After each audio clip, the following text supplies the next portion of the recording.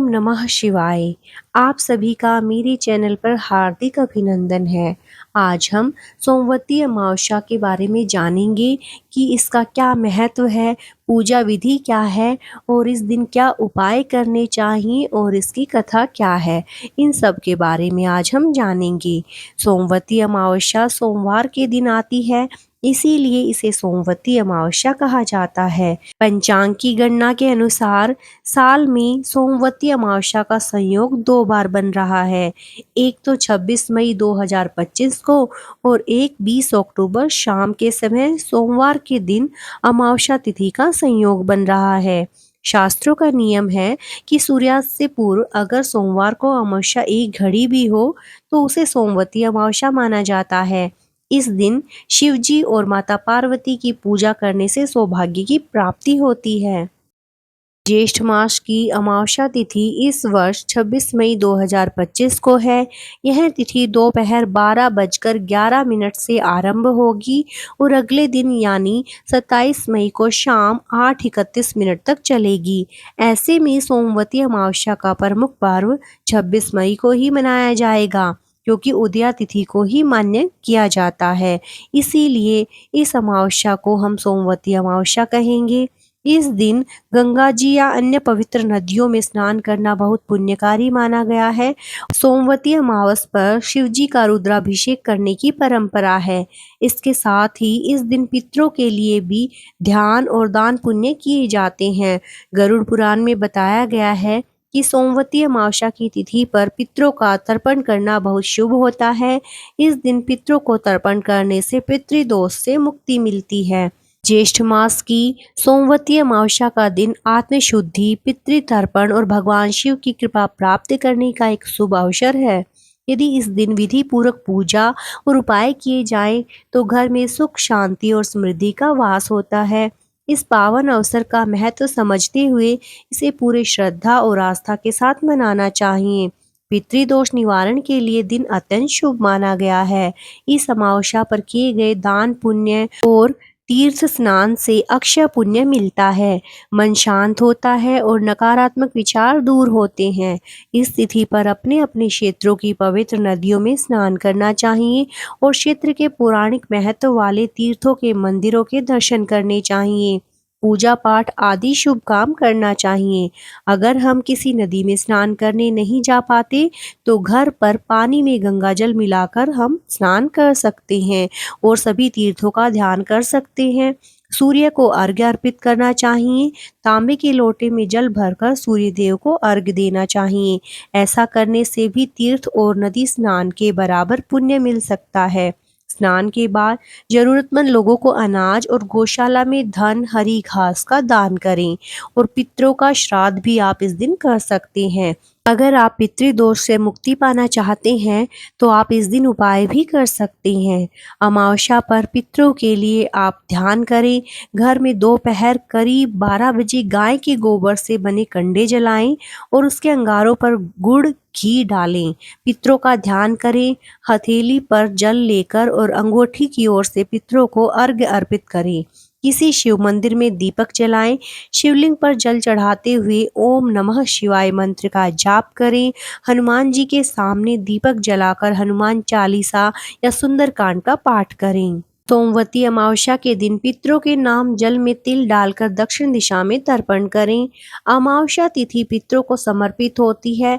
ऐसे में इस दिन तर्पण करने से पितरों को तृप्ति मिलती है और वे आशीर्वाद देते हैं।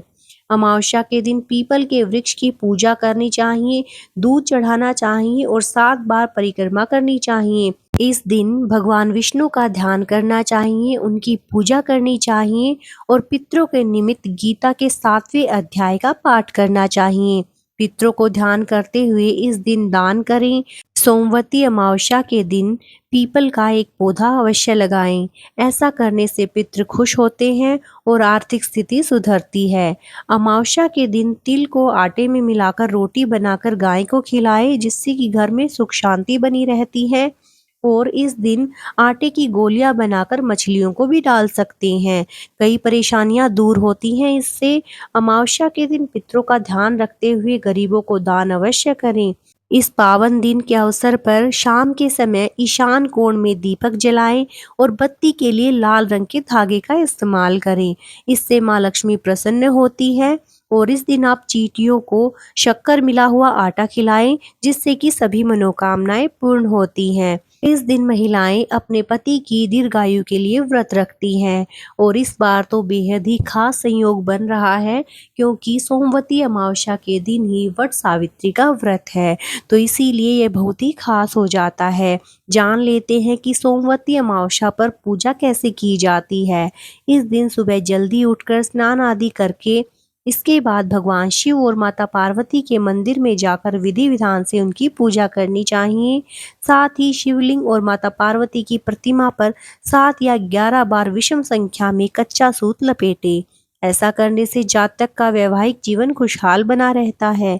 शिवजी और मां पार्वती की पूजा करने के साथ साथ इस दिन पुरुषों को पीपल के पेड़ की 108 बार परिक्रमा करनी चाहिए। वहीं इस दिन वट सावित्री व्रत होने से महिलाओं को वट वृक्ष की 108 बार कच्चा सूत लपेटते हुए परिक्रमा करनी चाहिए। साथ ही 1 लोटा जल में थोड़ा सा गुड़ और दूध मिलाकर इसे वट वृक्ष को अर्पित करें और काले चने को भिगोकर उन्हें प्रसाद के रूप में चढ़ाएं। सोमवती अमावस्या के दिन आप भगवान शिव और माता पार्वती को कोई भी मौसम का फल चढ़ा सकते हैं। इसके बाद सोमवती अमावस्या की कथा का पाठ करना चाहिए। तो चलिए सुन लेते हैं सोमवती अमावस्या की पावन व्रत कथा। एक बार एक गरीब ब्राह्मण परिवार था। उस परिवार में पति पत्नी एवं उसकी एक पुत्री थी। उनकी पुत्री समय गुजरने के साथ साथ धीरे धीरे बड़ी होने लगी। उस पुत्री में बढ़ती उम्र के सभी गुण विकसित हो रहे थे। वह कन्या सुंदर, संस्कारवान एवं गुणवान थी, परंतु गरीब होने के कारण उसका विवाह नहीं हो पा रहा था। एक दिन उस ब्राह्मण के घर एक साधु महाराज पधारे। साधु उस कन्या के सेवा भाव से अत्यधिक प्रसन्न हुए। कन्या को लंबी आयु का आशीर्वाद देते हुए साधु ने कहा कि इस कन्या के हाथ में विवाह योग्य रेखा नहीं है। तब ब्राह्मण दंपति ने साधु से इसका उपाय पूछा। कन्या ऐसा क्या करे कि उसके हाथ में विवाह योग बन जाए।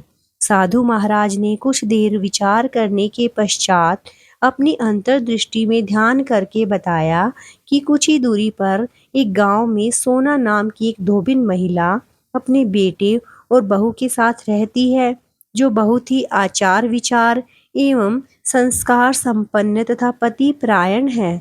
यदि यह सुकन्या उस धोबिन की सेवा करे और वह महिला इसकी शादी में अपने मांग का सिंदूर लगा दे, तो उसके बाद इस कन्या का विवाह हो जाएगा। तो इस कन्या का वैधव्य योग मिट सकता है। साधु ने यह भी बताया कि वह महिला कहीं बाहर आती जाती नहीं है। यह बात सुनकर ब्राह्मणी ने अपनी बेटी से धोबिन की सेवा करने का प्रस्ताव रखा। अगले दिन से ही कन्या प्रातःकाल ही उठकर सोना धोबिन के घर जाकर साफ सफाई एवं अन्य सारे कार्य करके घर वापस आने लगी। एक दिन सोना धोबिन अपनी बहू से पूछती है कि तुम तो सुबह ही उठकर सारे काम कर लेती हो और पता भी नहीं चलता। बहू ने कहा, माँ जी, मैंने तो सोचा कि आप ही सुबह उठकर सारे काम खुद ही समाप्त कर लेती हैं। मैं तो देर से उठती हूँ। यह सब जानकर दोनों सास बहू घर की निगरानी करने लगी। वह कौन है जो सुबह ही घर का सारा काम करके चला जाता है। कई दिनों बाद धोबिन ने देखा कि एक कन्या मुंह ढके अंधेरे में घर आती है और सारे काम करने के बाद चली जाती है। जब वह जाने लगी तो सोना धोबिन उसके पैरों पर गिर पड़ी। पूछने लगी कि आप कौन हैं और इस तरह छुपकर मेरे घर की चाकरी क्यों करती हैं। तब कन्या ने साधु द्वारा कही गई सारी बातें बताई। सोना धोबिन पति परायण थी, अतः उसमें तेज था। वह तैयार हो गई। सोना धोबिन के पति थोड़ा अस्वस्थ थे। उसने अपनी बहू से अपने लौट आने तक घर पर ही रहने को कहा। सोना धोबिन ने जैसे ही अपनी मांग का सिंदूर उस कन्या की मांग में लगाया तो सोना धोबिन का पति मर गया। उसे इस बात का पता चल गया। वह घर से निराजल ही चल पड़ी, यह सोचकर कि रास्ते में कहीं पीपल का पेड़ मिलेगा तो उसे भंवरी देकर और उसकी परिक्रमा करके ही जल ग्रहण करेगी। उस दिन सोमवती अमावस्या थी। ब्राह्मण के घर मिले पुए पकवान की जगह उसे ईंट के टुकड़ों से 108 बार भंवरी देकर 108 बार पीपल के पेड़ की परिक्रमा की और उसके बाद जल ग्रहण किया। ऐसा करते ही उसके पति के मृत शरीर में वापस जान आ गई। धोबिन का पति फिर से जीवित हो उठा। इसके बाद से इस दिन का हर विवाहिता के जीवन में विशेष महत्व है। वे अपने पति की लंबी आयु के लिए व्रत पूजा संपन्न करके यह कथा सुनती हैं। कुछ समय बाद ब्राह्मण की कन्या का अच्छी जगह विवाह हो जाता है और वह अपने पति के साथ सुखमय जीवन व्यतीत करने लगती है। यह व्रत कथा सुनने और पढ़ने से सौभाग्य की प्राप्ति होती है। जय शिवजी भगवान की, जय माता पार्वती की। ओम नमः शिवाय। अगर आपको ये व्रत कथा अच्छी लगी है, जानकारी अच्छी लगी है, तो प्लीज़ मेरे चैनल को लाइक, सब्सक्राइब और शेयर कीजिए और कमेंट बॉक्स में ओम नमः शिवाय लिखना ना भूलें। भगवान शिव और माता पार्वती की कृपा से आप सभी का सौभाग्य बना रहे।